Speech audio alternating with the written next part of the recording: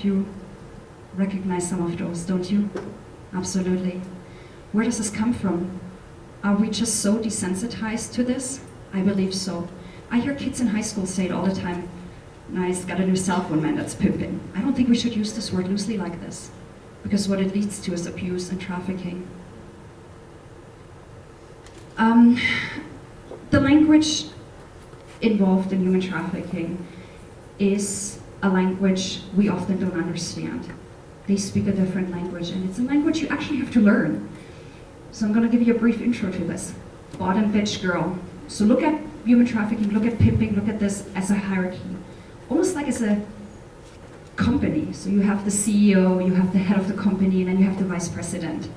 That's what a bottom bitch, a bottom girl is. She's basically the right hand of the pimp. Branding, I gave you a couple examples earlier. This is how the pimp lets everybody know, you are my girl. And I'm gonna write my name all over you. And I'm gonna put a crown on top of it too. And if you don't like it, I'll put another one on your neck. The life, this is the pimping and prostitution culture. Often you hear them say, I wanna get out of the life, or I've been in the life for 5 years. PIMP, it's actually an acronym for paper in my pocket, person in a management position. So they kind of sell themselves as something honorable almost. Hey, I'm a manager, I manage girls. Choosing up, the girls are instructed not to look anybody else in the eye. They often can't walk on the same side of the street. If they look another pimp in the eye, she has basically chosen up, which means she's going with the new pimp. If the old pimp wants her back, he has to pay a hefty fine to the new pimp, and then that basically gets turned over to the girl. Guess what? You're gonna work that off because you looked somebody else in the eye. Circuit. We talked about that earlier when the girls are shipped around across state borders. Daddy. We discussed that. This is the term the girl will often call her daddy, her pimp. The date is what the girl sets up with a potential sex buyer, a customer. Gorilla pimp is a very aggressive pimp who is hands-on with the girls. He beats her.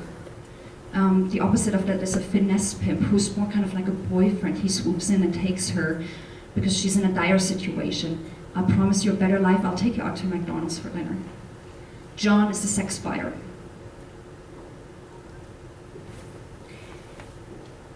The next slide, next video is about 5 minutes. It's Slim the pimp. He's gonna give an interview, and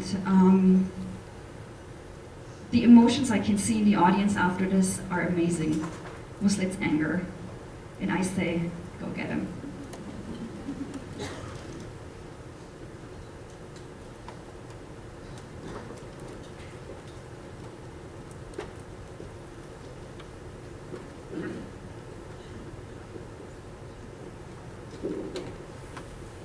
I have 4 girls and a boy. I have a daughter that's 22, I have a daughter that's 21. I got another daughter that's 18, and I got a son that's 23. And I got another daughter that's 9. I mean, no, she's 11. Jalom, she's 11.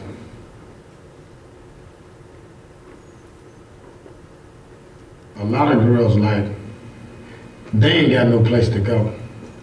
They ain't got no money, they don't have no food, you know what I'm saying? And they ain't got nowhere to go. And then some of them, they gonna tell you, you know, I'm trying to find me somewhere to go.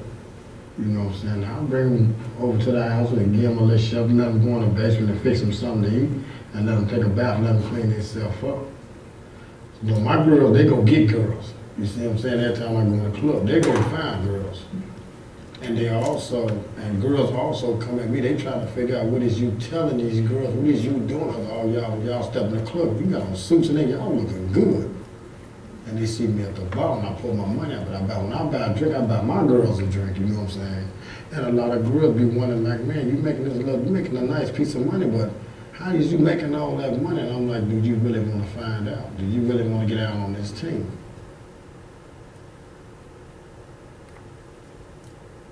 You got to test them to make sure that they doing the job right.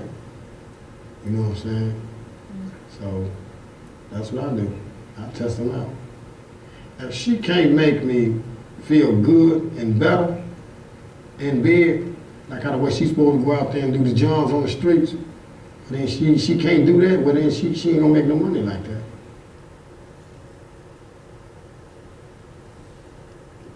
What make a good hoe is that she got to be loyal, she got to be dedicated, she got to be, straight honest. To me, that's what makes her good. She have to be real honest, no playing games, no lying, and none of that there. Because if anything happens, I got to also put up some bond money too to help her get out of jail. Anything that, anything that happens,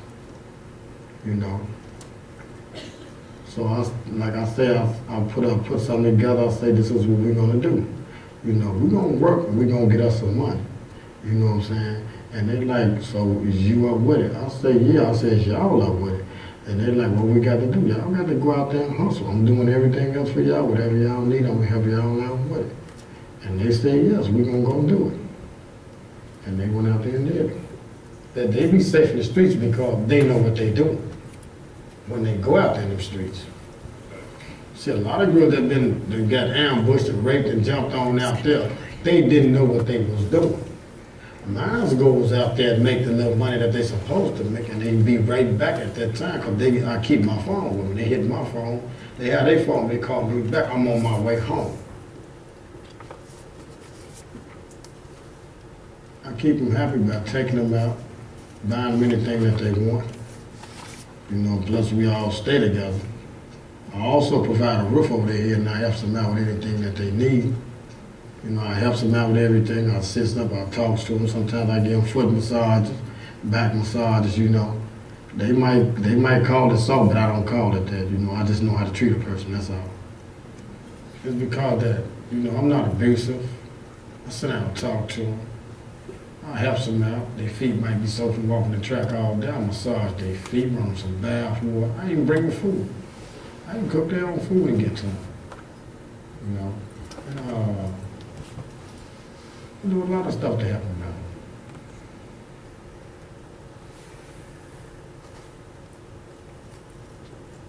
It's a lot safer for me to sell women than to sell drugs, because I ain't got to worry about nobody kicking my doors in, police trying to raid. I ain't got to worry about nobody shooting at me and trying to rob me. I don't have to worry about them type of things. It's okay because I make a nice piece of money, and I make it all right. They go out there and do all that, and they come back and they give it to me. I would be pissed off if I get locked up for something that they did, but I don't see how, because I don't even be out there in the street. I be in the house, but they go out there. But if somebody has to call and try to tell them something, my girl's gonna deny it. Yes, this is the best job I had here. The best job I had.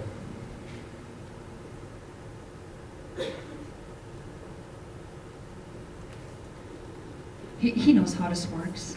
He's staying in the background, having his girls walk the track. Maybe he goes by, brings some food, massages their feet. He knows how to treat them. Are you kidding me? Oh gosh, would I like to kick in his door?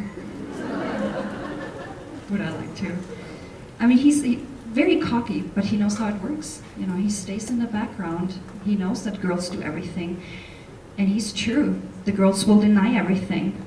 Absolutely will they. If I come and start talking to them, so what's going on? They will totally deny it. Loyal, they are indeed loyal. And it's very hard because he, like the last sentence said, he lives off the soul of those girls. This was actually a clip from the documentary Tricked. If you can get your hands on it, please watch it. It involves the Innocence Lost task force in Denver, Dan Steele. Great documentary. I think it's supposed to be released on Netflix this fall, but I have not seen a release date. This is what has come out of our investigations. Again, remember, we have been established since the beginning of January 2014. Our unit consists of 2 detectives, myself, my partner, 1 sergeant. We have a bunch of interns, we have volunteers, and it's hard because we would love to have an army to combat this problem here in the Springs. So these are actually quotes from interviews I've done with mostly girls in this case. 16 years of age, he did the worst to me. C, 24 years of age, I can't do anything else but be a whore. W, 26 years of age, I thought I would come to Colorado just to strip. Then I met my pimp and he said, this is what you will do for me from now on. K, 17 years of age, all I wanted to do is pass out. A, 17 years of age, he told me that I was beautiful and he slept with me. He turned me out. I ran away and was kidnapped by 2 Johns and raped in a bathtub. A, 16 years of age, all I want is my mom. I just want her to be here for me and not pay attention to her boyfriend. I should be more important. She's a notorious runaway girl, and her mom is her trigger. Can you see why? I'm 54 years of age. I don't know anything else. All I know is this, working at the spa. Else, 18 years of age. When I was turning a trick, I would escape my body. A, 16 years of age. I gave him a blowjob by the Citadel Mall and he gave me a cigarette. That is our neighborhood, ladies and gentlemen. Let me touch on Asian massage parlors real quick. That's part of also what we do, and it's been in the news lately. The demand is tremendous. We monitor Backpage, our intern does. AMPs is the abbreviation for Asian massage parlors. On a daily basis, there's an average of 18 to 26 advertisements on Backpage.com in Colorado Springs. We're not talking Denver. We're not talking any other big city. Colorado Springs.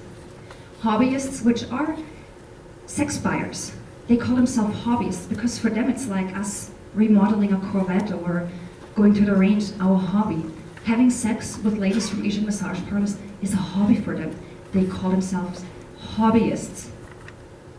There is a ton of public forums and discussion platforms out there where they discuss, this is what I did at this spa, this is the services she provided for me, this is how much I paid. This is public. There's a strong supply for Asian massage parlors.